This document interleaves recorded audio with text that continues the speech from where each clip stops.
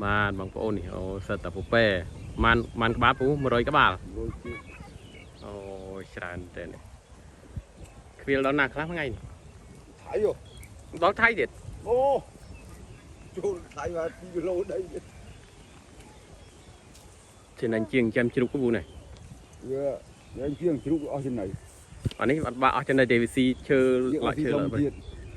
អូ គេចង់ស្រួលគេចាំចំណៃបើចំណៃយើងគិតទៅពេលយើងថោកដែរយើង បាទ កាត់ថ្លៃចំណៃទៅវាអ